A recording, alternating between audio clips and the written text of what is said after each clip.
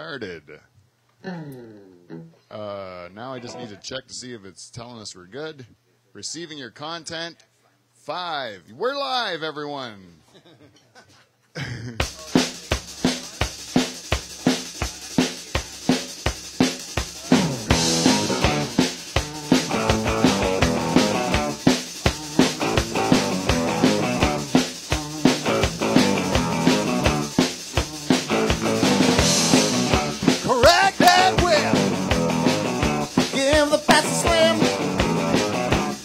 On a crack, break your mama's back. When a problem comes along, you must rip it. The cream sits out too long, you must rip it. Something's going wrong, you must rip it. Get up, eat your shape, shape it up, get straight, go forward, move ahead, try to detect it. It's not too late to whip it good.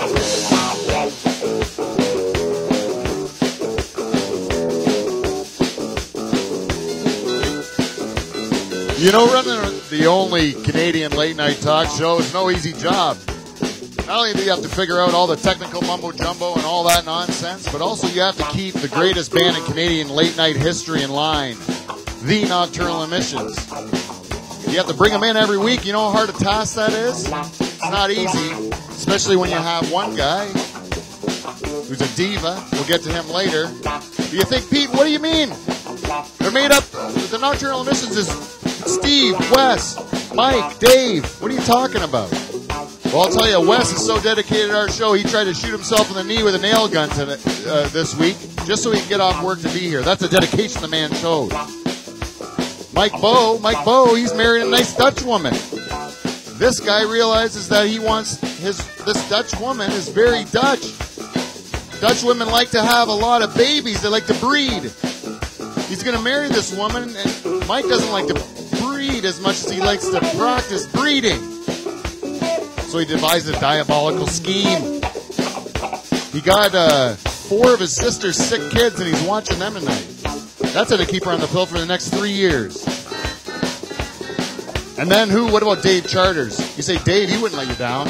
Dave is a fucking diva since day one, and everyone knows it. Diva Cup Dave. Yes, we had 100 listeners on the first episode. He became unbearable. Since we went to live video, he's become just awful. He's holding me over a barrel. Well, I tell you, I'm not going to stand for it. When a problem comes along, I must whip it. So I got the greatest rendition of the Nocturnal Emissions ever in history. I put them together to put heat on those motherfuckers, to let them know that next week, you better fucking show up or these guys are here for good. But you know what else I did? I brought in a whole bunch of comics tonight. We're loaded, stacked to the gills with these guys, but there's only one way. There's only one way we can get this show started. Theme song, boys. Oh, fuck.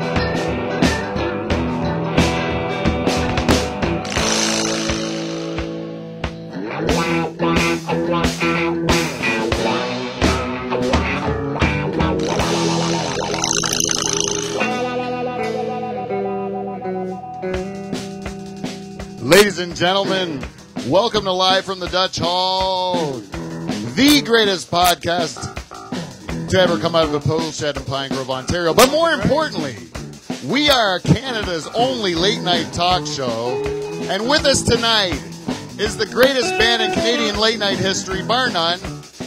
Mike Bullock didn't have anybody. Frank D'Angelo didn't have anybody who could hold a candle to it.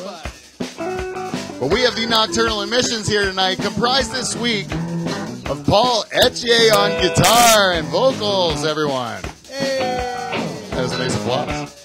At home they're applauding too, Paul. Beside him is the savior of the Nocturnal Emissions, the only one to show up tonight. The only one. And that's why he gets the title of the savior. Steve the Reluctant German on lead guitar, everyone. And beside him, we have a new set of balls for the nocturnal emissions. We got... He's right back in the Dutch Hall, everybody. You might remember him playing with Zeffler on an older show. It's Brad Good, everybody. Woo! All right. That was him. And on drums, I call him the savior of our sound. He's the savior of sound. I don't even think Steve would disagree with me. He's been a great help to the show. He's on drums, I think the fourth show in a row. Kev Belanger is back. You know, our director no show tonight, so we had to put it on our guests tonight. Our guests that I'm so happy to have in the hall tonight. There's two newbies, two people having their Dutch Hall cherry popped, and by that I mean Steve the Reluctant German will fuck you after the show. We have Mike Mitchell's here and Michael Moses. And all the way, this guy's been here a couple times before. A long time ago, he was on a real old show of Live from the Dutch Hall. We're happy to have him back. We thought he was too big to be back. Jason Allen is here. Jason Allen. And the only guy left to introduce is the host of this show, two-time President's Club Award winner, Pete Van Dyke. Hey. You guys must be tired. That's got to be hard, especially Kev. Yeah, it's quick, man. That's awesome. Thank you. Welcome, everyone, live from the Dutch Hall. We're back again.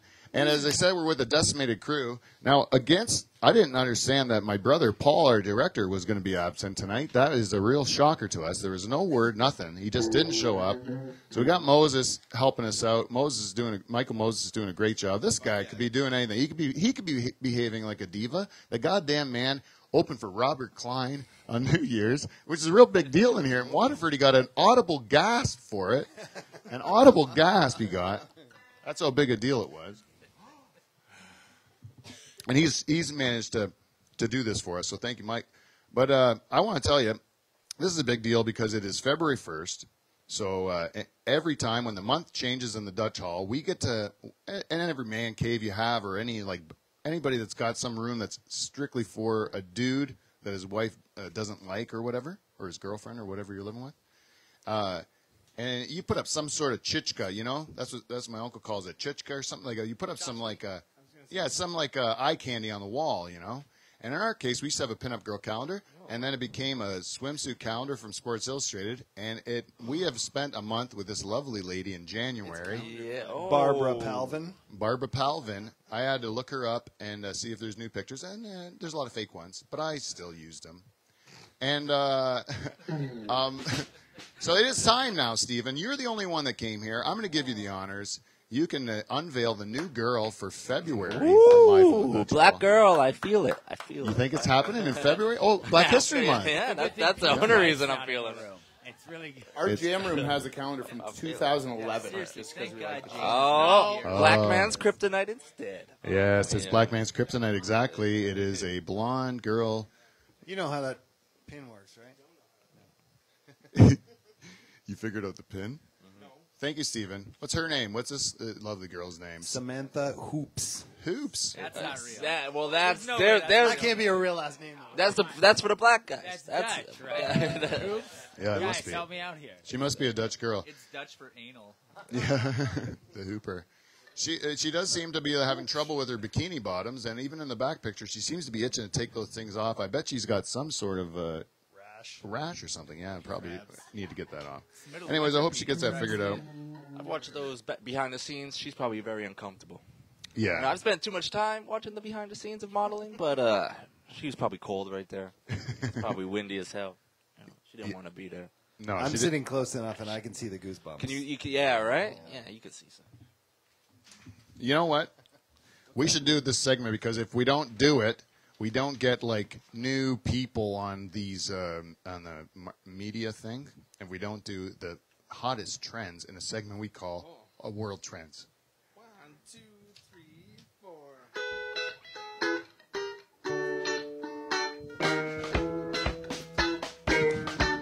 World Trends. Really? Hey. That out for like 10 minutes. That's all we did? Yeah. We could have jammed. Before the show, it jammed forever. Yeah. I was just warming up. Anyways, we check in on what's going on. I look at what the biggest trends are in the We can world. play it. You want to keep going? You still going on, Steve? We want to give you some time. No. It's okay. Go ahead. Nope. If you, but every week we do this thing where we have to look at what the what's going on in the world in trends. Yeah, and so this one, we got a Canadian one. Oh, we actually had a news story locally that made a Delhi news, which is we don't often have Delhi news. Sounds like an oxymoron. Yeah. But, the last time we had local news that kind of hit it, like where it made the big papers, was the guy got his his stripper pole stolen in Port Dover. Remember that? That's right. So this time and then there was a guy that got like a deer head put on that was a deer head or something put on his mailbox. Did you hear that one? I thought you guys use deer heads as stripper poles around here. Are they the same thing? Well, you got to use the whole animal, Jason. Yeah. You got to use the whole animal. That's how we were raised. That's right. So and then this one is actually also kind of ridiculously related. It was the fact that this man had a large quantity of porn stolen is why it made the news. Because of all the things that were stolen from his house, he also had hats and tools stolen. Hats and tools, but the first thing on the list was his sizable amount of pornography was stolen from his house. And this was, I guess people really feel for the guy because it made the news, the Toronto news especially, I guess. So that I don't know if that means it made the national news or not, but people care about this guy's porn. So if you hear anything about it, and you can help, I'm sure just give us an email at livefromthedutchhall@gmail.com. We'll do what we can. We're supposed to give donations, like if you have extra Porn? Playboys. Oh, maybe we can start a fund for this guy. Yeah. Did he? Maybe we can just get him an internet account. That would be a lot cheaper. There's fiber in Delhi. You can get it all The back. fact that it was physical paper stolen implies that it was vintage porn too, right? I mean, Yeah. it would have to be. You think so? They don't make. Exactly. Do they make new magazines anymore? Do you know? Some. No, man. Playboy got rid of the nudes. Yeah, they're done all together, aren't they now? What is the point? Yeah.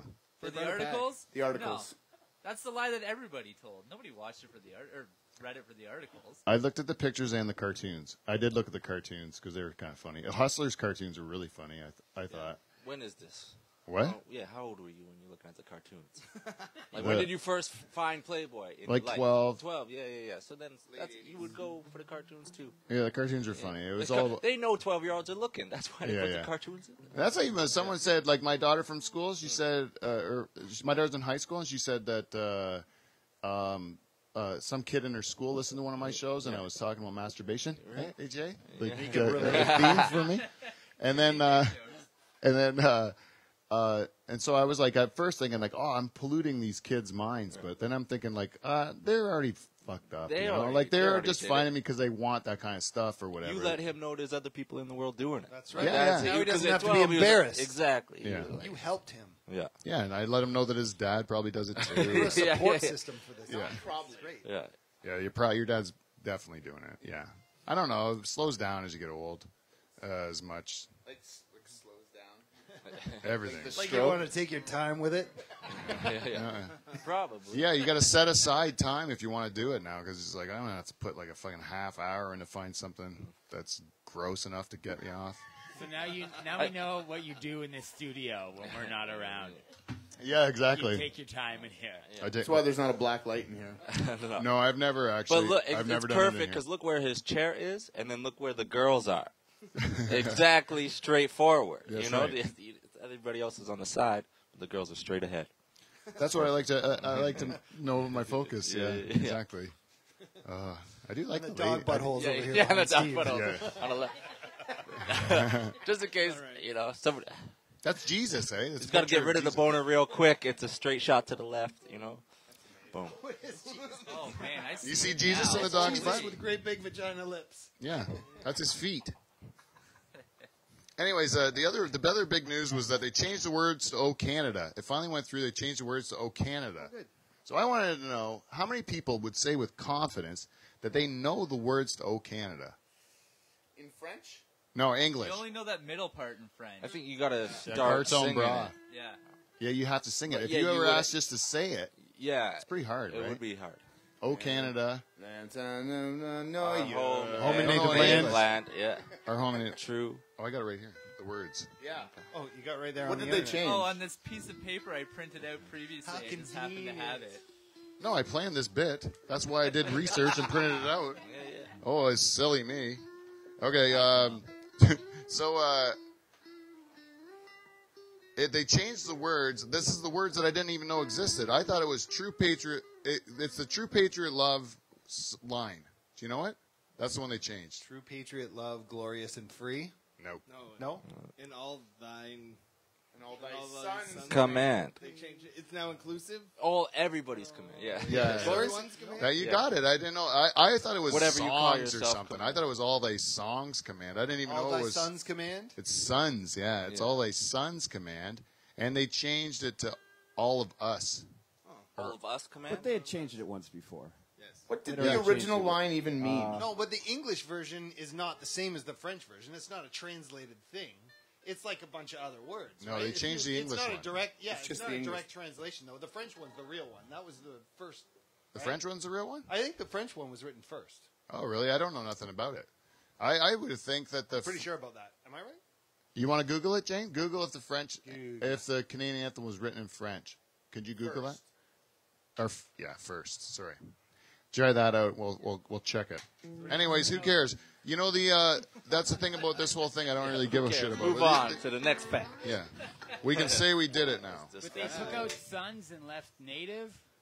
Yeah, and they left. Isn't it aboriginal now? Isn't that the term? Point. They're saying it's our native land as though we're And it was. We're not. They the were not natives. born here. Yeah, we're not. Nobody. The I natives. was. Well, I guess we were born here. We were all born here. Yeah, but like But- our ancestors were natives to this country. They're probably No. like No, I don't know. They should.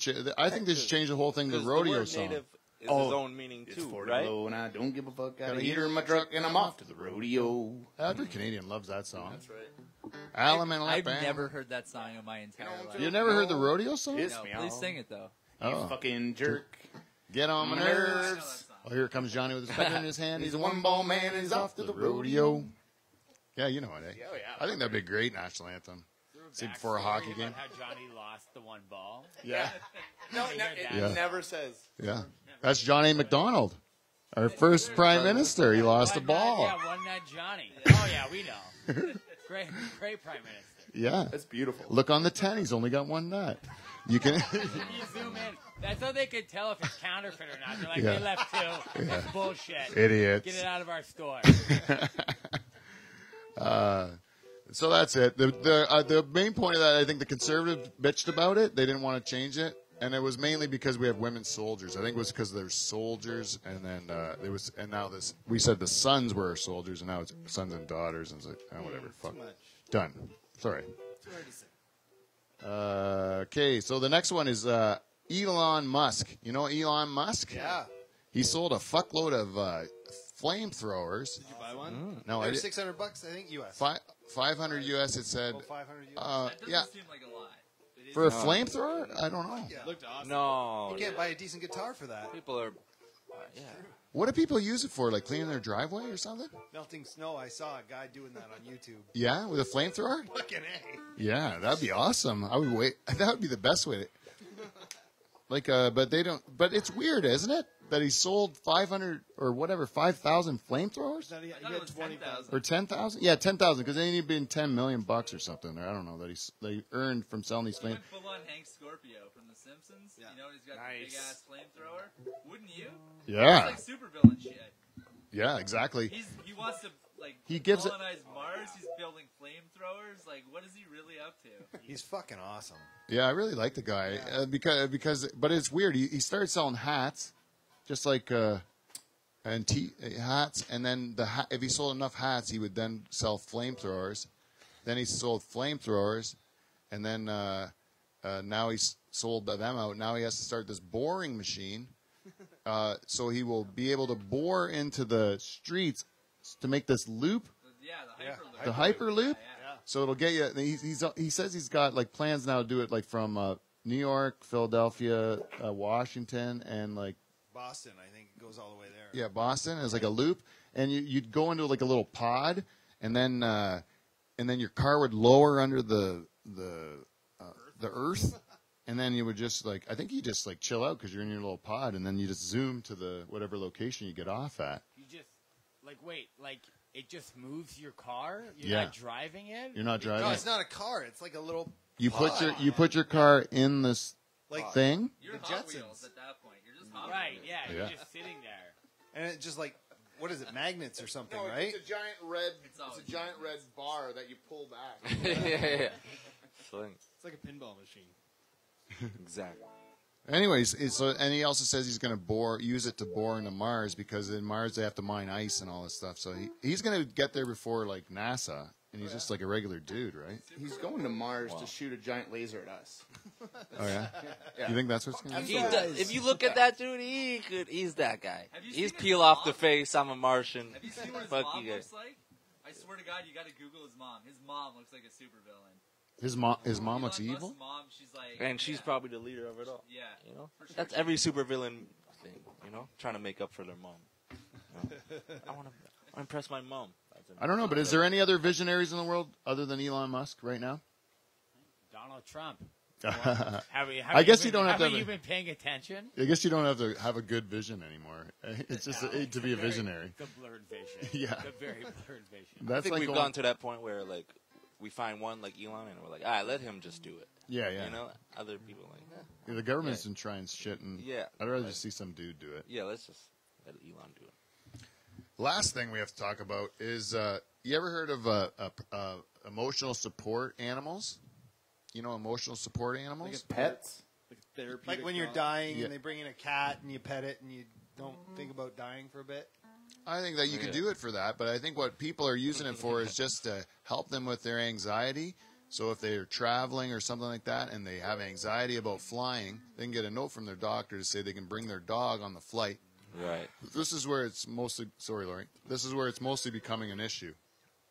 And there was this one person on United Airline that decided that they needed to bring their support animal on the plane, and their support animal happened to be a peacock.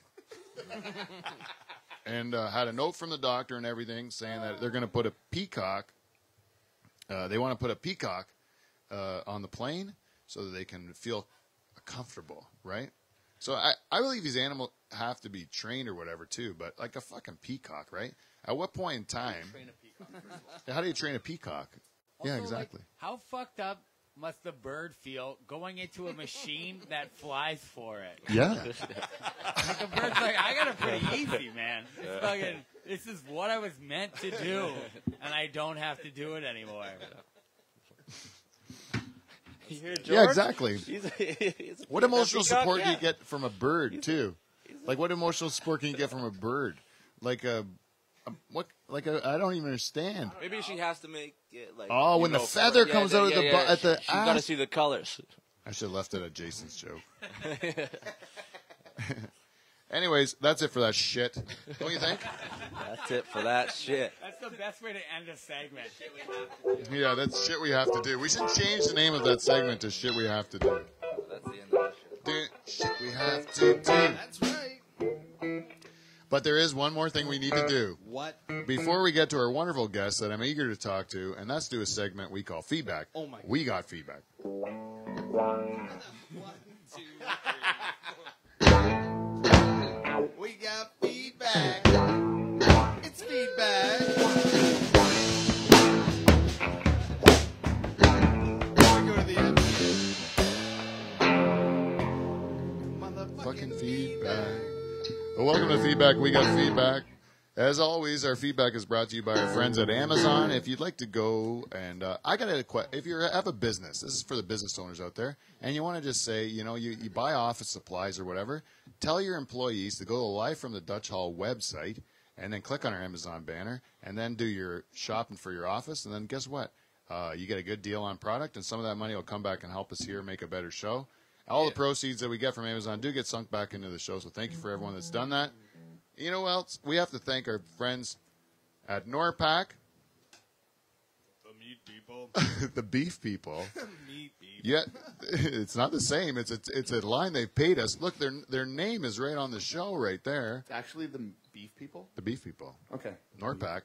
The beef people. The beef people. This is why we need Paul. Paul thinks he's not needed, but you guys are fucking it up big time. It's not even close. That wasn't my line, for the record. This is the shortest commercial ever, too. I'm just supposed to say Norpac. The meat. The beef people. 3 words. See, Paul, I hope Paul listens to this so he can see how valuable he is. You like beef, then you will love Norpac. The beef people. You still said meat. I didn't say it at all. No? I didn't say Oh. anything. I went beef.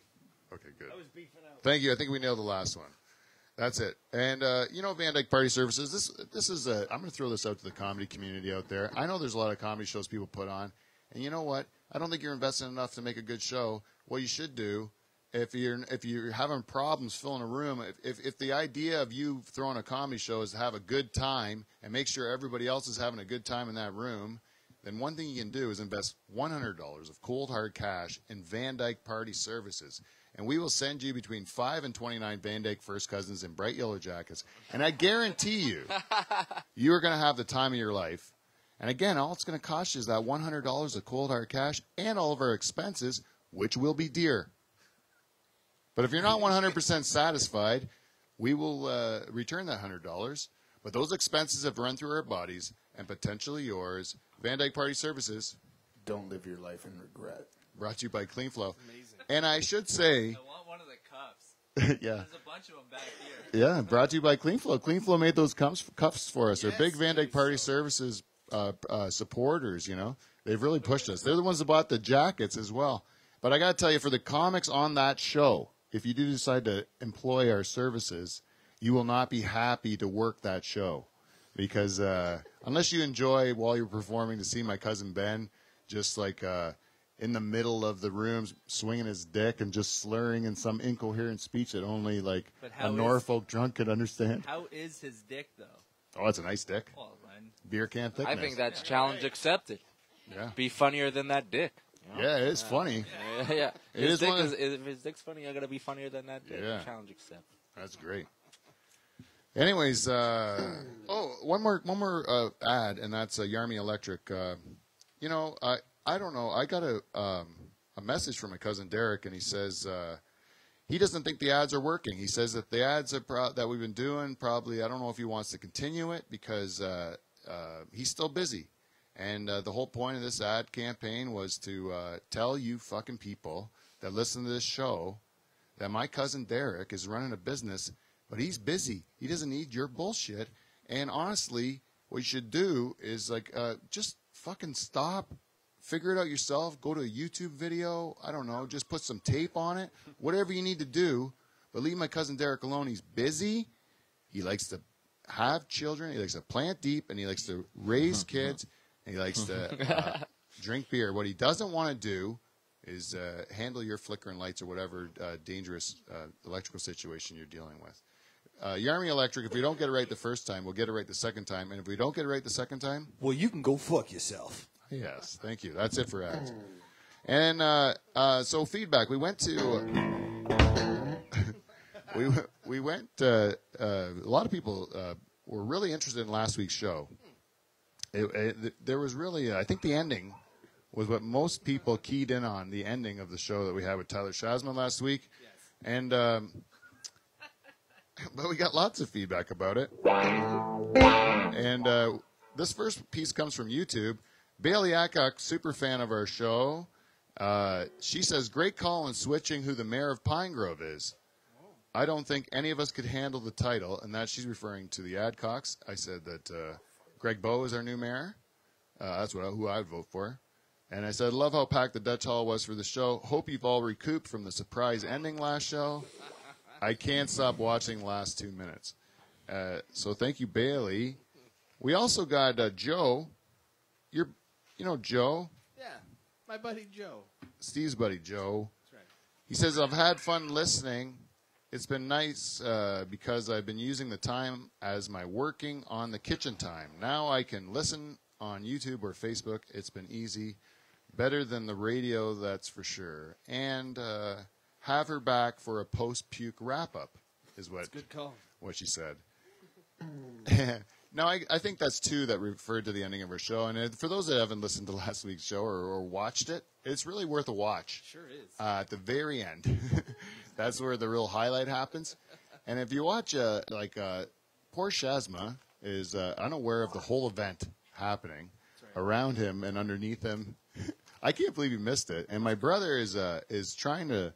He's in Mike's position there in the corner, which is why we had to move him over there because he says he's never going to be trapped in that corner again. Because the person in Jason's position had a little mishap where she puked on her show, and then that's the second time it's happened in Dutch Hall history. We've had 2 people puke on the show. Was the other one Jay? No.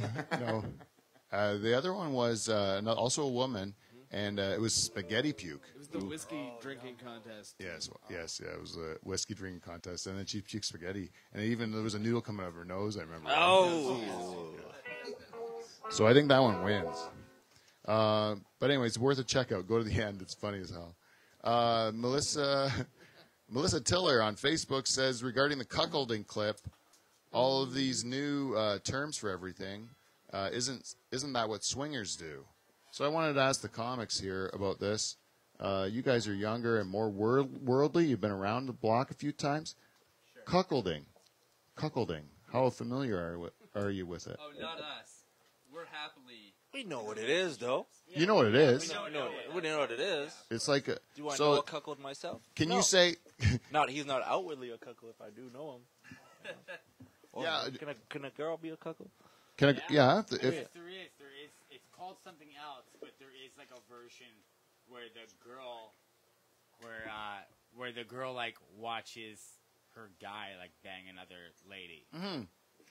Okay. That's the same thing, right? Like it's. Now, is that what swingers do, or don't they swap? Yeah, I think that's the distinction between cuckolding and swingers. Right? Yes. Is that swingers would. You switch it up. Yeah, they're both doing it. Where a cuckold doesn't get laid, right? The cuckold watches. That's even weirder, right? I thought it was when you wear a costume of like a cartoon you like. Oh, that's no. Those are furries. Yeah, but that's not even like a costume of furries. Like make their own. I knew a couple furries. Yeah. You know Jonathan James, right? Yeah. Jonathan James was a furry. Really? Dude, he used to get fucking like Jody. Remember Jody? Yeah. Matt Gerard's sister. Okay. He get her to dress up as like fucking Pikachu or like a fox and shit like that. And then he'd talk about it on stage, and the fucking. It's like another comic sister, and this other comic, everybody fucking hated him anyways. He's a adult. But he'd be fuming. Jonathan used to have a bit about tit fucking Jody. And then fucking Gerard would just be steaming because, like, everybody. I had a roast battle joke about Matt Gerard one time because he had a weird relationship with his sister. And she slept with a bunch of comics. I don't know why I'm saying this shit, but fuck him. Yeah. She slept with a bunch of comics. And I said, Matt Gerard, every comic in London has done the one thing you'll never be able to do. Fuck your sister. Oh, that's great. That's like gold, man. You get a present from a guy like that where it's... Oh, dude, it was beautiful. Oh, it yeah. was the best. But yeah, he loved it. The furry shit. Yeah. He'd get into it. Like all the time he'd talk about it on stage. I thought you knew that about little JJ. No, I've never seen his act. Yeah. Oh, okay. Yeah, I've never seen his act. Loved it, man. That was the whole act. Yeah, was it? A lot of it, yeah. Yeah. I was like, he had a good chunk on it anyways. I'm not going to say it was his whole act by any means. Yeah, but he had a good chunk of it. Well, I would too if I was into it because that's what kind of is what makes you unique, right? Gotta talk your truth. How do you get into that? Like, what goes so... I was going to say so wrong in your life. You're like, I'm going to start wearing fucking costumes. I think you're just into it. Like, you're just into feet, you know? I think, yeah. Like not me, You're but born like, that way. it's not like you just, I was at the beach, this girl, somebody took off the sandals, feet, you know? Yeah, but I was watching Pikachu, I was like, I want to be Asher right now. Furries. I guess, right, because like, even anime porn, I don't see like what would be, attractive about that. No. But at the same time, when I was like 8, I was like, Ariel's hot, but I was 8. You know what I mean? So I didn't grow up and still like think about the Little Mermaid and fucking. Sure. I got a brother-in-law. Snap it off. I got a brother-in-law. He's a big fisherman, and he loves Gets girls to dress up. No, I went to Disney World with him with our kids, right? And we're in the Ariel thing, and he was like, his daughter, he's got 2 boys and a girl. His daughter, he's kept pushing her. We gotta go. You want to see Ariel, right? You want to see Ariel, right? And then I'm like, geez, man, I don't think she wants to see Ariel. Since she wants to ride the rides there or whatever. No, we're gonna stay in line and see Ariel. And then we're at the one play, the Little Mermaid play, where Ariel's he's in the like shell or whatever singing.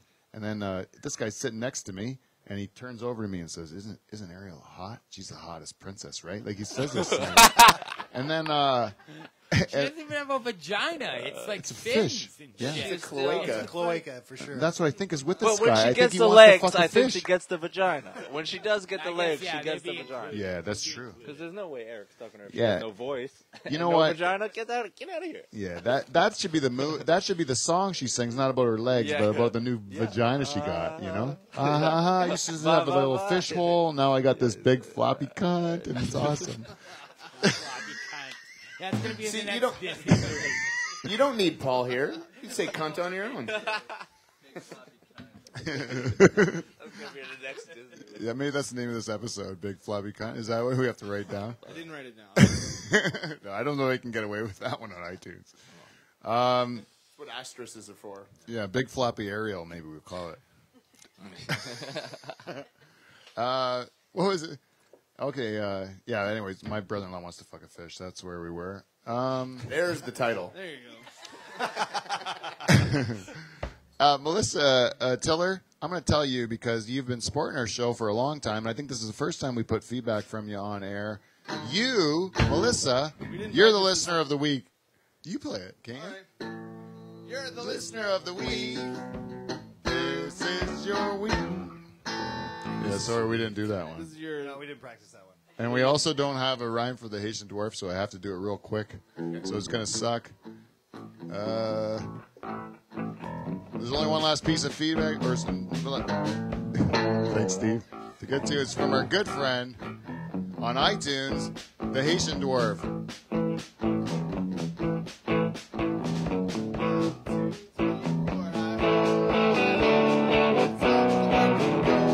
Your juicy tits will give me fits. Hey, that's great. Haitian dwarf, he gives us feedback each and every week. And this week's no exception. He goes on iTunes and he says, 5 stars, what a band. He says, this show was so star-studded and entertaining. This is referring to last week. He hasn't even seen this week yet, Tyler guys. Shasman. Wow. This week 6 hasn't even stars. happened yet. Yeah, completely. this week hasn't really happened. He goes, this show was so star-studded and entertaining, I almost puked. HD. I think that's a great compliment, actually. Yeah. So now that's it. We've done feedback. If you'd like to give us feedback, go to Live from the Dutch Hall at gmail.com, send us an email, or you can go to Facebook. We're Live from the Dutch Hall there. You can go subscribe on YouTube, and you get all our videos and live feeds and stuff. And you can also go on Twitter, Instagram, Snapchat, LinkedIn, fuck whatever else they make up. I'll be on that too. Selling myself like a whore to everybody. Anyways, you can find me there. So do that. And thank you to everyone that does that. Tell a friend too. Share a fucking episode or something. Okay, our guest tonight, I'm really happy to have him in here. We just came back from a show, and Willie Van Dyke, my father, says we don't ever talk about the shows we just came from enough when we do these shows where we just came from a show. And so what do you want to say about tonight's show? Just to start off, the community chat about tonight's show. What do you think?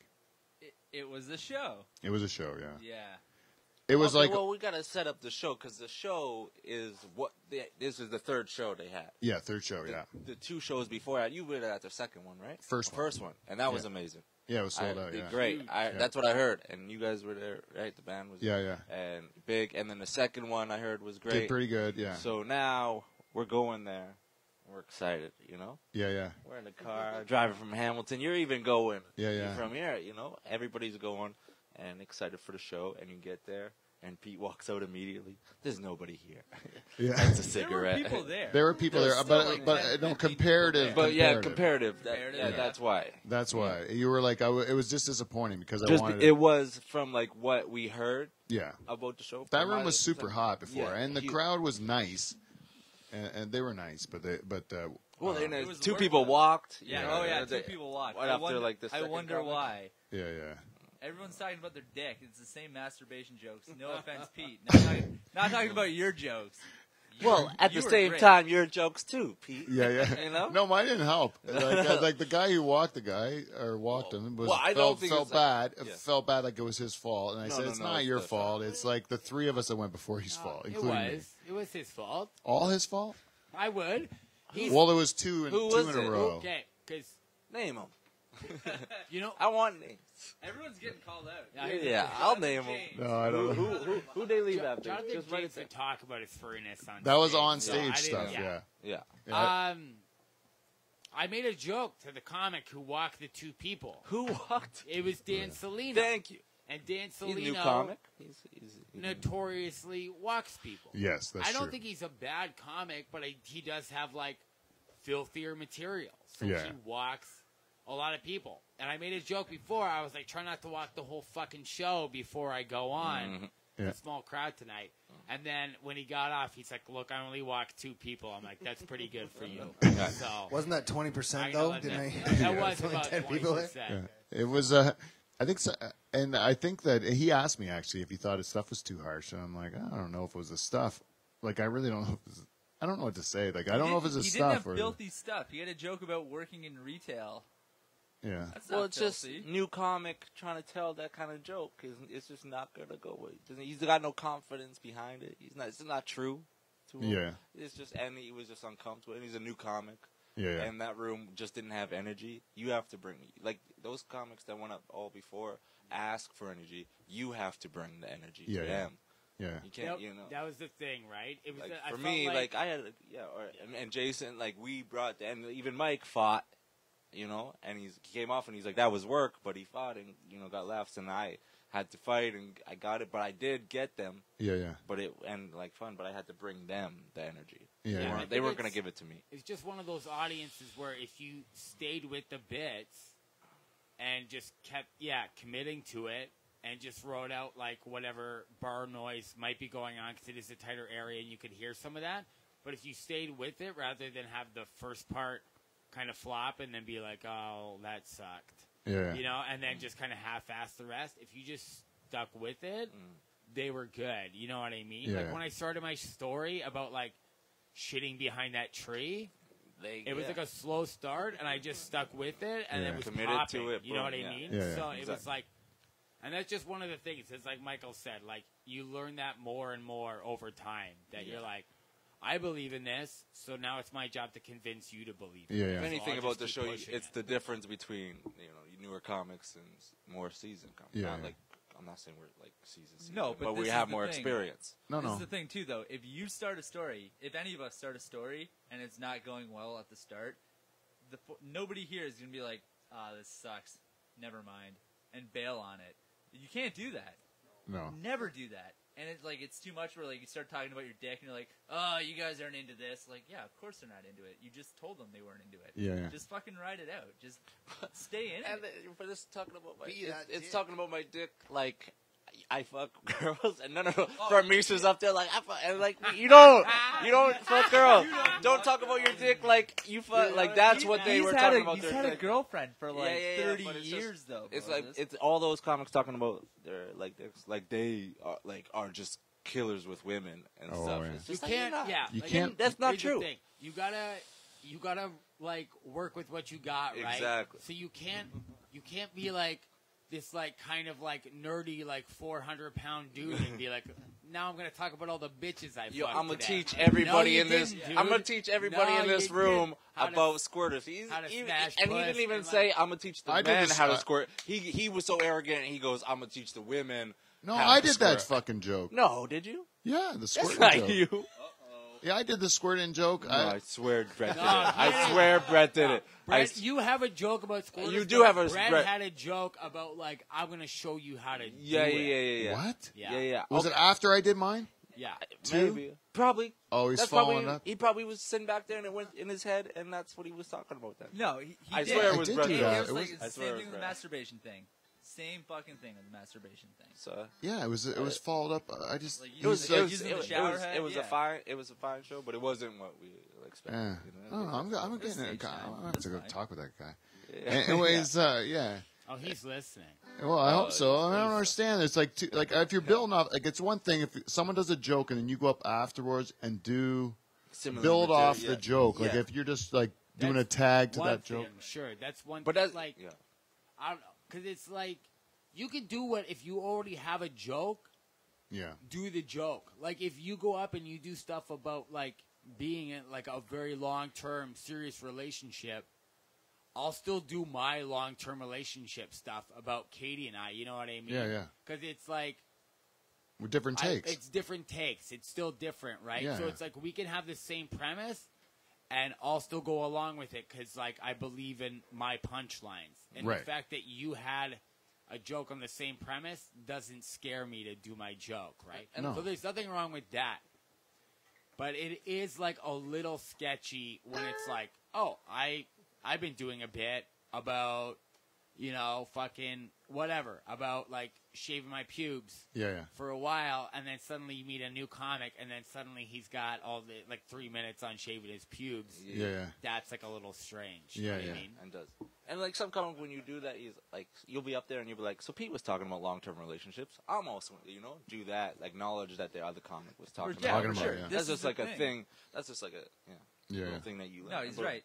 Every single time I'm on a show with Doug Koning, and I do a joke about being mistaken for a lesbian at a dough and dough. Yeah. No, I get it. I know what I look like. I know. But every time I do that joke with Doug comes on stage. He goes, "Hey, what's up? You guys might recognize me. I'm the lesbian that hit on Mike at that dough and dough." Every single time, because Doug looks like a fat lesbian. He does too. Like a baby lesbian. Oh yeah. Like a big fat baby lesbian. But there's nothing wrong with that, right? There's nothing wrong with that because it's just alluding to the bit that already happened. Yeah, yeah. That got a pop, and it's like, okay, cool, I can build on that. Manolis is like does it almost every time. Yeah. Where he'll pick out a joke from the comic before him, and he'll just do something, A just kind of callback. like just a little callback to like it. James McVicker has a joke. Somebody stole stuff from my car. James Yeah. And he Picker goes- does not and he- have a joke. Yeah, Chat. Sure. We're gonna have no But friends then- by the end of this podcast. Yeah, I know. Well, Let's 'cause keep we it gotta- going. This is We're awesome. naming them. Yeah. I'm sick and I'll tired name of us not everybody. I naming don't them. give a shit. Yeah, we're naming them. Yeah, But yeah, the Let's not difference pretend. is Manolis doesn't then incorporate it into his He goes. no, You know, no. James He like I plays lost off it I in the lost the moment. bong, and then Manolis goes, I got a good bong today. You know. Yeah, and, yeah. and it's, Yeah, I sometimes think that people kind of latch on because they don't have their set worked out in their head because they don't have any jokes that they really believe in themselves. Do you know what I mean? yeah. Yeah. And then they Oh, yeah. Oh yeah. then they just like are kind of like going up there and kind of half-ass riffing, you know, or you could see part that done tonight. jokes. You could see like a few comics. It's like a lot of humming and hawing. Like, oh, what do I want to talk about next? Yeah. It's like, well, you should have figured that out before you got up here. Yeah. Yeah. Kind of thing. Like, you kind of need a plan.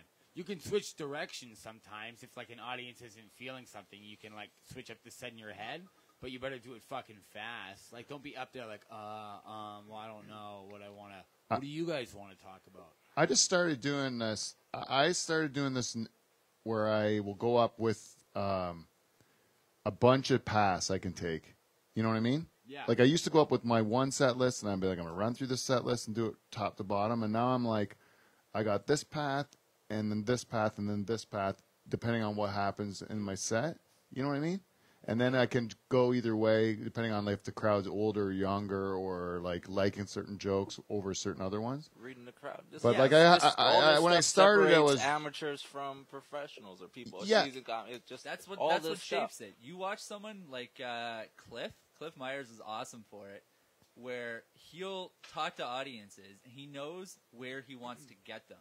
So he's got stuff. He's got a path set out in his mind already, where he's got a couple jokes that like he really wants to hit that he know will pop, and it might take him 10 minutes of crowd work to get there, but he knows where he's going with it, right? Right. And but because he's confident in what he's doing.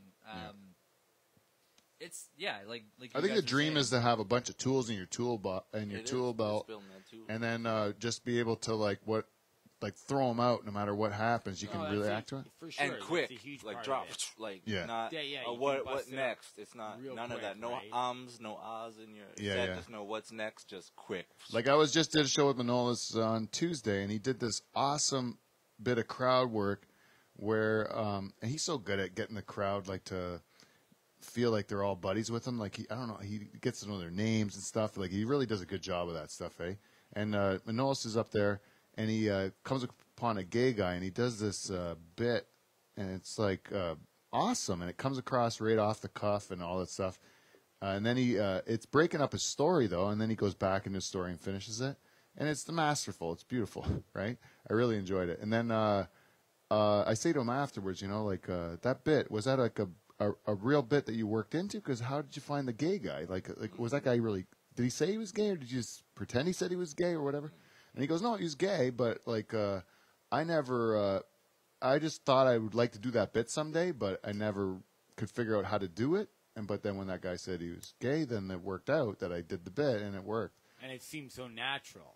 And it seems so just natural. Like it just seems, off the cuff. Yeah. And now there is great, like, crowd work that is just off the cuff, like you hit something in the moment, Yeah, yeah. and it's perfect. But there is just, like, years of writing and writing every day and Yeah. writing.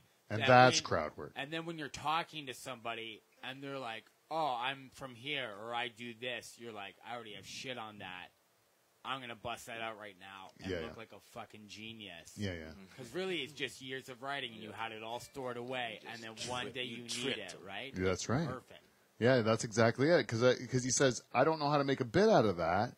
And I said, don't make a bit of it. Just keep it in your back pocket every time you meet a Just gay have guy. it. You never You're just know, going to, right? It you know, will, it will happen again. yeah. You know what I Put it in your mean? pocket 'Cause that- pocket every time you meet a gay guy. Yeah, because this guy, it was a great bit, man. He shouldn't, like, lose it. I hope he keeps it going because it's When so I was funny. in like Thunder, like I'm diabetic and I got a bunch of material on my diabetes. And when I was doing shows in Thunder Bay over New Year's Eve weekend, there's a lady in the audience who is diabetic. So I'm like, this is perfect because I'll ask her a bunch of questions. I already kind of know what it's gonna be about. It's easy to jump into bits. The whole thing was like great. She like fucking just like and Yeah, it just 'cause it was so feels like conversational, right? it's Yeah. so conversational. It didn't feel like bits to the audience. It felt like I was just making jokes about what she was saying about her diabetes. Yeah. But it's really a lot of the same stuff I have with my diabetes, so it just looks so natural Yeah, yeah, yeah. in that moment, right? Yeah, yeah, yeah. I do. I like to do some of that with the beginning of your joke. If you can ask the crowd a question, because then I know that depending on what they answer, I can go three ways with my Yeah. joke. Yeah. you know, That's or how I whatever. started doing crowd work. Was every joke I start with a question, Sure. Yeah, and yeah. then they'd answer, and that's how I started doing crowd work. That's- Lead them Got into it a yeah, little bit, Yeah. right? That happened to me, like, and just connect with the audience. You know? yeah, exactly. Yeah, yeah. That Sometimes happened to I'll me, look like, in the where I room and talk I'll. about- Oh, I'm sorry, Jason. You go. I was just gonna say, I have that joke about couples who played the numbers games, like ask how many people they've had sex with before. Yeah. So I'm doing this show in Petawawa, and I ask the couple, I go, "You ever play the numbers game where you ask who's like had sex with more people or whatever else?" And the lady, like just deadpan, was like, "It's not a game." And I was like, what the fuck does that mean, lady? And I was like, what, 52-5? That's not a game. That's an annihilation. And they're losing it, right? It's like, so like sometimes you find like just like weird little gems. My bit didn't even really have to do with that. It was relating it to like, you know, you don't ask that about other natural things, right? Like Yeah. you've heard the bit. Yeah. I know the bit. I'm not going to do the bit. Yeah. That's like, If you did the But- bit on my show, you have to disguise it like it's conversational, and then That's you look like right. a You genius just on my show, slip right? it in, then you're brilliant. Yeah, right? yeah. They do. So where are you from? Late night shit. Yeah. That's late night. That's It's late night talk show, man. Like That's- you gotta that's start classic. stepping up to live That's from the Dutch Hall's classic level, late night man. talk Like, show. that's what I mean. That's right. Mike did it. That's Rodney Dangerfield. He got a life. He got a everything. laugh off his lesbian bit earlier. Yeah, Right? Set that up. exactly. Perfect. You know who else? You know who does that? Shazma did it a couple times at the beginning, where he came in like the Tonight Show, Howdy. and he Dude, had. I gotta tell you, it's awesome that you're talking about Shazma because the entire ride from the show to here, we were all just doing Shazma impersonations. Oh, It's yeah? like our own version of it. Because everyone has You know, their own. Kevin's good buddies with Shazma too, or followed Oh, him yeah? through high school and you all went to high sorts of school with shit. him. Yeah. Everybody has their own, and nothing's perfect. But you're like, it's close enough that you're like, oh yeah, that's Shazma. It's great. Yeah, I know it. Yeah. Howdy. So when you went to high school with him, did he look 85 back then too, or like His appearance hasn't changed. his appearance hasn't changed? Yeah, he's a beautiful boy. I wanted to ask you guys a question because you're at different levels in we're all at different levels of comedy. And do you find, now that you've been through it a bit, that there are like graduates? I find it like university kind of. Like it reminds me of university. Like you step up a class all the time. Like you hit levels, but it's not like you graduate at the same time, as your peers. But you can see people getting to these levels, And you notice little things like, first you like doing open mics, then you start getting like paid shows or like book shows, then paid shows, Well, how long have you been doing it, Pete? I've been doing the podcast for over 4 years, and I've been doing the comedy for 2.5, I think. Okay, so you're like just ahead of me in terms of time spent. So I'll be 2 years March 1st. So like I'm the youngest in like comedy years here with all this shit. Yep. But sometimes, like, what are you talking about the level? Sometimes you could be, there's a guys who have been doing it 2 years, and they're all of a sudden, like, there's a dude in Calgary I met, he's doing it 3 years, and he was headlining, and he's touring, he's like, very funny. Yeah. I've been doing it 5, and I was just middling and stuff, so sometimes it's not even the It's year. how much you put into it, it's how hard you go, and how much True. you, like, shut your fucking mouth and listen when people try to give you advice. True. That's, like, the biggest thing that drives me nuts, man. But sorry, go ahead. No, I think you're making a good point. I'd like to hear the end of it. Sorry, go on. Hate everyone. Yeah. What I was going to say is you see all these guys that you come up with that, like, you start around the same time, right, for the most part. And there's guys that, like, we were talking about it on the ride up, where, like, you don't know what it is. But, like, some guys carry, like, an arrogance or, like, just like an air about them where they're, like, they think they're the shit. And then you watch them on stage, you're like, what are you doing? But, like, just because you hit the same mic in the same city every single week.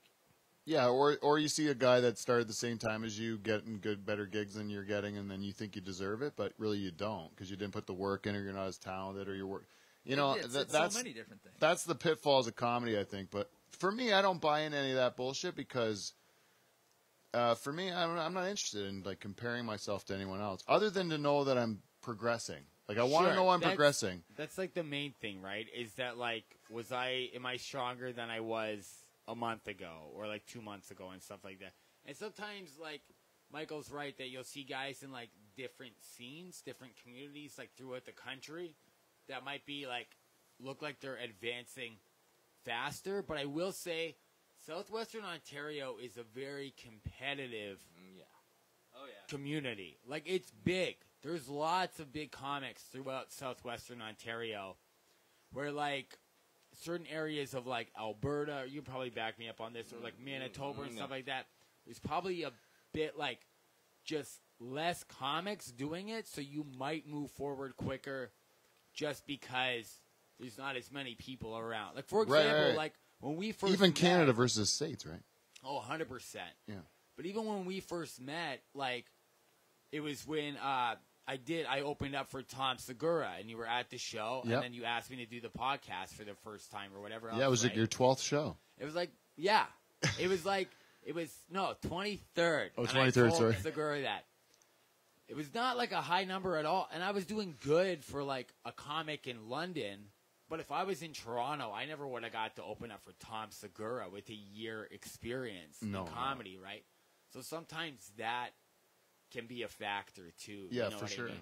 So you should never really compare yourself to somebody because, like, they might have been looking for women at the time, or they might have been looking for like a person of color at the time, or that person might have just come from a different community. So it's never healthy to like compare. If you're getting better gigs than you were a year ago, then you're on track. Dude. Like that's all that like really matters. You know what I mean? If you have more material than you had before, or you look at old jokes that you had and you're like, those fucking sucked, and you can realize that now, then you know you're getting stronger, right? And that's what really matters. Yeah, I agree. I think you just have to show that personal growth, and then you keep going. And then for me, it's always been about the work, like the actual piece. Like I know Jason's got an album, Wood Chipper. I forgot to plug it, but Jason's got a Wood Chipper album out there. If you guys want to get it, just send me. I'll figure out a way to get it to you if you want to give him some money. But Jay's got an album out, and I think that the album is the key.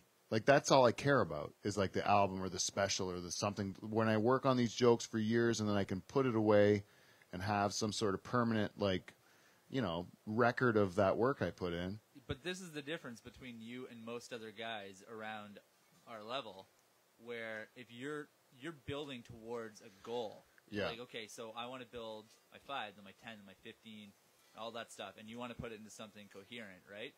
A lot of guys, when you watch them, guys, girls, whoever, when they're newer, they're just trying to throw everything at the wall and see what sticks. Yeah. They're not writing with like a and there's no right way to do it, I don't think.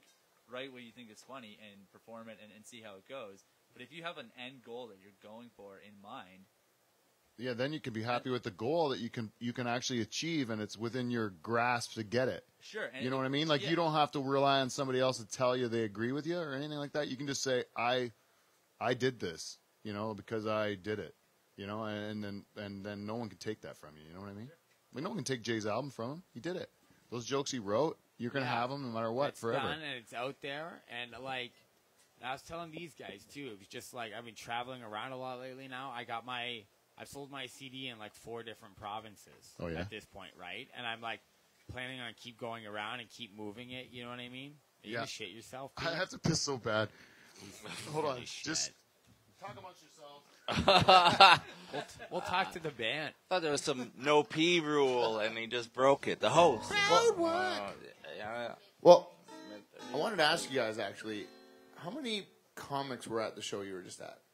Oh, fuck. Because you keep talking about, I like... got the list. All Sounds right. like a friggin' battle of the bands. Oh, you do have I got the list.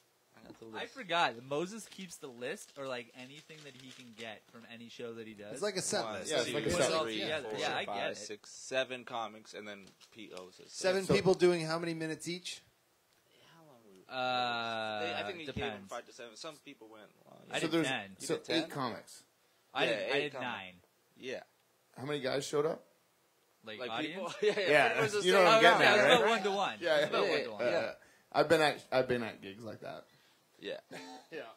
They're Is that fun like too, though. music? Oh, I they're agree fun. fully with what you guys are saying, though. It doesn't matter if there's 7 or 8 people out there. Yeah. You go up there and you fucking kill it. Yeah, because yeah. You know what? You're taking your Saturday Oh, night or whatever, exact- your yeah. Thursday Oh, afternoon or whatever you guys were You doing, drove right? there. You Sure. got to the Yeah. keg. Yeah. More importantly, that guy drove there. Yeah, right? Like and that he person showed was up. there. That person showed up, and you better Right? give So it play to for that guy, or Exactly. fucking do your thing for that guy. One of We the always they look at it will- as like a paid jam, right? And You get I don't into know, you it, guys they'll get paid, get get into free it. drinks or something. Yeah, You sure. just if you go in there and don't care, like you see somebody dancing, you're like, I can't really dance, but that dude That doesn't guy's care. dancing for that me. person, and You got I'm not gonna, now. I don't want to care, Yeah. and then That's right. that person, you, Me- go up You there almost kill it harder. Yeah, oh, yeah, because that for guy sure. is paying attention. for sure. You And have then to, in you that have room, to. when you get those 10, like because like a room full of 100, you could only get 60 laughs. Sure. Still feels big, but in a room full of 10, Yeah. and If you get you 10 have out of to 10 get, in the room like you like have that. to get 9 out of 10 for it to feel like you did. Yeah. So, that dude, joke. me and Jason were just in Brampton a couple of weeks ago at Crickets for like when Crickets was Crickets for all of 2 weeks in Brampton. That's a whole fucking. I love that it's called crickets. Yeah, Yeah. but the one show that we did had I don't know like 8 people, and this is like their big weekend. They're like trying to get a bunch of people out, and there's nobody there, and it was so fun. They were everyone that was there was like, yeah, I'm here for comedy. Like like make me laugh. Like I'm into it, and it was awesome. I've been on shows where like you watch crowds with 40, 50 people. And they're just like sitting back, like, okay, make me laugh. Like they're not really super into it. Yeah. But these people were really into it. That whole Crickets thing's fucked, by the way. Yeah. I'll just say for just like one more thing on this like topic too though is like when you're progressing in comedy and you want to like and you're like getting to a point where you're like I'm gonna do this for a living, this is how I'm gonna pay my bills or like do whatever I have to. The fact that there's like some shitty shows, it's gonna make you harder because like eventually you're gonna get to the point where you're doing nooners at colleges where you're fucking interrupting students' lunch breaks and they won't get off their laptops and they're paying you to be there, so you're bringing the energy and you're doing the show. I did a fucking nooner with Eric Johnston at Seneca College on Wednesday, Oh, really? and we ate shit because they Of course. they don't care. They don't They're looking at their laptops. They were lured in with like free pizza, and you do your job. You don't bail early. You power through the set, and you do what you have to do, right? Like I was headlining tonight. I was getting paid. I did my time.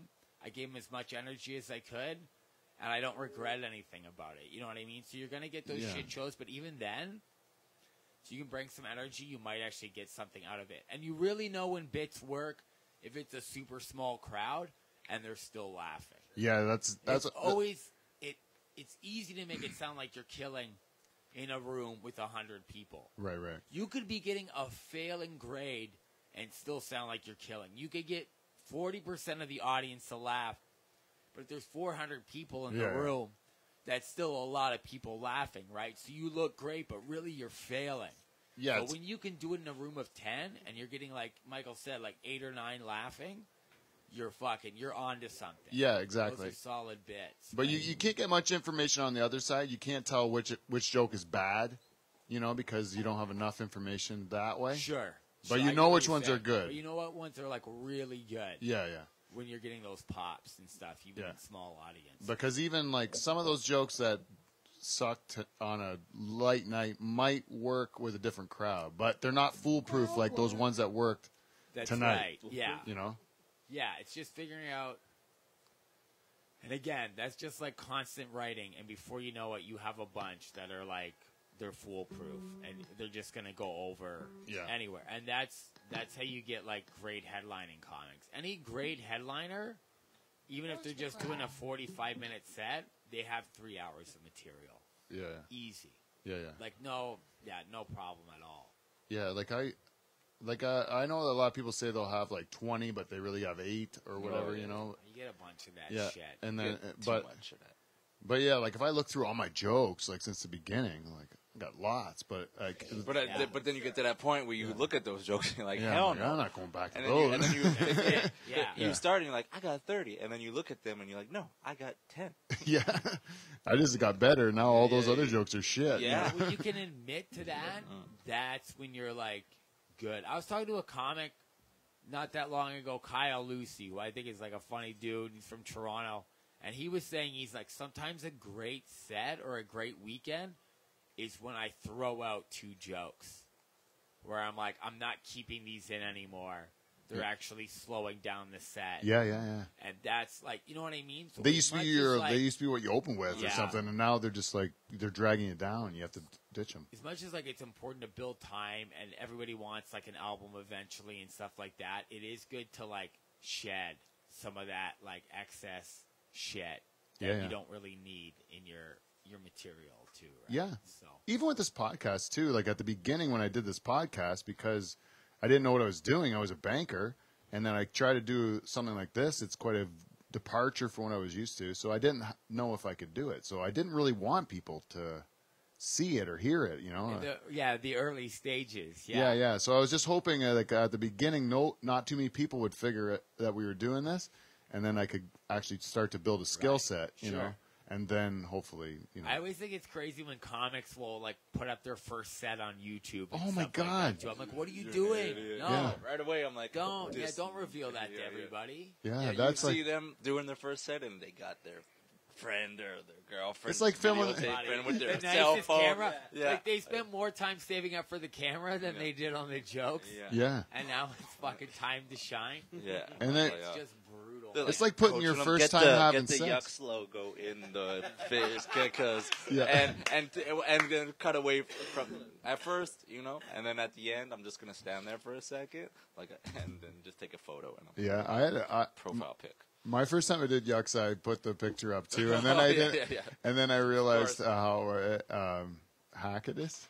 Comedian Van Dyke on his name. Yeah. He's signed to Yucks already. That's crazy. Exactly. I'm already there. I fell into that trip, but I was so excited when I played Yucks the first time. It was super pumped up when they do the introduction that's recorded at the beginning. Blitz? Yeah, the ballroom that's blitz. where you can go and actually watch like some professional, It's a So, legit some comedy people club. put it, Yeah, because that's where you go when you're like my weird. whole life watching it as a fan. You It's know, weird having new comics come up like too nervous to email Yucks. I'm just do it like It's just- fucking Pat Coppolino. I'm like, it's send him an Wednesday. I'm email. like, what yeah, do you- but then you'll have like, other how do you people. watch that show? Like even Chris Jarvie's like, oh, I like watch Yucks Amateur Night, and I was like, oh, I'll do it. Like I'm just like, yeah, that's exactly what it should Yeah, be like. for sure. Yeah, but it's not because, and then there's the opposite though, where people will only do Yucks Amateur Night, Yeah, that's don't and do they've never anything done else. another show, and they'll only do that, and they're not. You can't develop that way either. No. You know, No, but they're not trying to develop at that point. If they're trying, They're doing it as a doing other hobby, shit. yeah. Is that like the open mic night? yeah. yeah. Well, yeah, it's still booked. It's a book show, but it is like where the amateurs can go up. It's like booked as far as like he can only put on so many people, but you don't need credentials to get on the show. You know what I mean? Like anybody can email him. He doesn't need to like look into you or see a video or anything like that. It's not like doing weekends at clubs and touring around and shit like that. They want to give new comics a chance, so it's one of their ways to promote the new talent. And it is. It's important. You know, Yeah. if it wasn't for like amateur contests and mic nights and shit like that, I never would have got better. Like nobody would get better. You know what I mean? Like Just you kinda all start. you kind of get somewhere, That. Hey, right? I won that, and people, Yeah. people Yeah. notice you. And, Yeah, I did that Yucks. I was in the Yucks final in January, the one Doug won. Yeah. And it was great being in that, having the pressure to be in that Sure. Yeah. final. Yeah. You know? And then like a packed room too. And Yeah. you're figuring it out up there and like. Yeah, and I totally made every mistake I could have made, oh, yeah. and I'll never do it again. I'll Yeah, never yeah. make those mistakes again. You know, You learn. learn from it. Yeah. Right. Yeah. Oh man, did I ever analyze that thing? Oh, for sure. I overthought it completely. I was like so overthought it that it was like when you're trying to golf, and and everyone tells you, "Hey Pete, you're slicing because your elbow's bent or your knees are too far apart or something like." And you're thinking of they're all showing out information at you, and then you end up fucking not even hitting the ball at all because you whiff on it because you're thinking about too many things. I think that's what it was. That's another good sign of a comic that's at least going to get good. Is like when somebody everybody bombs. It happens to everybody, but when guys bomb and then you see them off stage and they look stressed out and they're standing by themselves and they're thinking about everything, I'm like, those guys are going to get good because they're reevaluating everything. They're questioning themselves. They're going to challenge themselves, and they're going to get stronger. When guys bomb and then they walk off stage and they're like, well, what's everybody doing after the show? And it's just like, do, ain't no thing. I'm like, you're fucked. Yeah. You're not questioning Yeah. why you failed in front of 100 people. Yeah, Something's wrong. Yeah. Like, you're not taking this seriously. yeah. Isn't it so weird though that you can see exactly from a mile away who we were talking about this earlier tonight. You know who's trying and who's like actually trying to make a go of it, and who's not. You can always tell. You can see it. Just everything, the way they carry themselves, the way they like act on stage, the way they act off stage, everything about it. You're like, okay, you're into it. This is what you're trying to do. You're right. Even if you don't ever make a career of it, you're still trying to get better, and like you want to get to that next level, and you're gonna keep trying and keep doing new things. Right. You can smell it, man. Just the same way you can smell someone that's new, and you're like, oh, this is brand new to you. Like this is a whole thing. Yeah. You know what else I like about comedy? It's a great equalizer. Like if you're of an age difference, it's gone. Like it starts from comedy day one. You know what I mean? Yeah. And then if there's a social economic difference, it's gone day one as soon as you do comedy because you're on the scale of comics. You know? It doesn't matter if you are you anything that you think you got. got going for you beforehand or whatever. It doesn't matter. Day one, you're just like a baby that just was born, and you're the same as everyone else. Yeah, for sure. Yeah, I like It's it. weird because you're hanging out with everybody you would never hang out with. Oh, I'm looking up any to other- people that are like 15 years my junior, and they're like people I admire and try to learn from. Yeah. So it's cool. It's just it is about the time and effort you put into your craft and all that stuff. And I don't know if people appreciate that when they go to one of those shows and watch what we do. You know No, what though? they don't They understand. don't. They don't appreciate it. But also, like to say that it's about the time and effort that you put into it you can say that because you're older, you got a perspective on life. You get it. Yeah. You see young guys that are just like, they start and they want shit immediately. Yeah. They're like, well, I don't get it. I've done 10 open mics. I should be doing weekends. Yeah. Or like, why didn't I get that guest spot? I was like, because you're not putting time and effort into it. You know, like, how long did it take you to be like your banker? Right? Yeah. 10 years 10 years to get to get good at it. Before I good at won it. the 2-time President's Club Awards. Those 2 President's Club Awards up there there. you go. Oh, yeah. Those are I won them 2 years in a row. But that's the thing. You put time and effort in. If you didn't put time and effort in, you don't get to have this lovely garage here, Peter. Yeah, it was. I was actually trying to prove a point to my boss, who was a real fucking prick, that I was because he thought I was shit, and then I tried to prove a point one year, and then I won the trip, and then the next because I was lazy the other 10 years, and then I had friends of mine right out of university that were good at banking, like right away. They were like awesome. They were winning those trips like right off the bat. And I just never got it because I was too young. I just didn't get the fact that you had to like own shit, you know? You couldn't like wait for shit to happen. You had to make it happen, you know? Like as soon as that clicked in my head, it was a different story. And then I started to do well. And then I realized it didn't just apply to bullshit like banking. You could do it to anything you want in life. And then I said, well, why don't I apply that same shit to bullshit like banking, not bullshit like comedy. Yeah, exactly. Dick jokes are way more valuable to me than banking any day. Just put it under your mattress. What fucking difference does it make, you know, to me? Those guys are crooks, man, and I don't like them. I don't like that I was ever affiliated with any of them. So I have burnt all my banking bridges. We were going to do a show where we ceremoniously burnt a bridge, like that we made. Yes, let's do it. Yeah, so I never had... Like a popsicle bridge? Yeah, like my kids made one for school, and I was like, I'm going to save that thing and burn it. So that I can and make it like I'm burning all the bridges with all the banks, so I never have to go back. Because I do wake up thinking I have to go back. Anyways, I just wanted to thank you guys. We're over time now, and but I want to thank you guys because I love talking comedy and I love learning from you 3 guys. So I appreciate you guys coming in and making the time for us. Anything you want to plug before we go? You got any dates? Yeah. I'm in St. John, New Brunswick at Chuckles Comedy Club. Be there. February 23rd and 24th. Come check me out out east. Wow, that's awesome. Yes, to the New Brunswick people. And anyone else? I'm in Ottawa at the Yuck Yucks from February 8th to the 11th, and add me as a friend on Facebook at Michael Moses. Just Michael Moses. Just search me up and add me as a friend. Just there. Yeah, I'm sure all these guys will say the same thing. Oh, Look that them was up. really smart. Yeah. I got nothing to plug. I mean, I have shows coming up, but I'm not going to New Brunswick. I'm not a Yucks guy. You should have went first. Be there. I know, I really should. I got Be on Instagram. Be there. I got something, Pete. So Oh, I'm sorry, guys. Yes. Brad and I will be on live at the Dutch Hall on February 22nd. Be there. Never heard of it. And you will be representing which rendition of the It Paul is- H. This is the hippos. This is the Hippos. Hippo Z. Yes. Hippo Z will be in.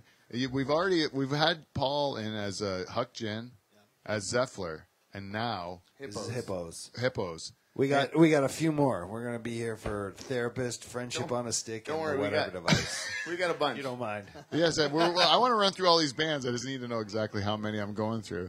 But yeah, the 22nd is a big day. I'm really excited. Any other gigs locally? Oh no. Yeah. Well, Oh, we're doing, Zeffler is on the 9th of February. Zeffler is at we're what's doing, that we're fucking doing place? Swazies. Swazies. Oh yeah. It's a memorial then- for our buddy who passed away recently. Oh okay. And it's gonna not be like such a subdued event. Here's dude. We'll be up here. Yeah, You yeah. know. And then what's the other one? The 24th. Zeffler is at what's that? The Killyard. Kiln Yard. Yeah, yeah. Kill. It's Killyard, right? Killyard. It's Killyard When if you're you're in from Norfolk. Delhive. It's, When you're from Delhi, it's Killyard. When you're from everywhere else, you're wrong. Right. Just like Crick and Creek. Yeah. It's a crick. Correct. Yeah, it's Big Crit. Big Crick. Dawson's Crick. That's all crick related shows. And on March 17th, we'll be at Jeff's Buckendo. Fucking Krentz, man. Yeah, I forgot about that. Okay, stop bragging. Yeah.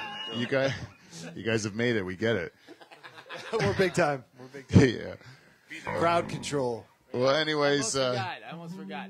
Mike Mitchell and I, Mike does have something to announce. Mike Mitchell and I are at Showtime Comedy in St. Catharines Comedy Club next weekend, February 9th and 10th. Be there you go, Mike Mitchell at Showtime. That's a good show. Way to go, Mike. And you can see. I don't even care. Don't come see me. I'm gonna say that right now. Like the electrician. Oh yeah, I'm like the electrician. I don't know why I'm so grumpy this episode. I think it was the two shows. Did they seem more grumpy than normal, Steve? No. No? Okay. I'm just saying something. I just want to thank everyone for listening. I want to thank the Nocturnal Emissions who came in today. Woo. They did a great job. Thank you very much for bailing me out because I can't count on any of my men. But until next week, we will see you, NT. See you next Thursday.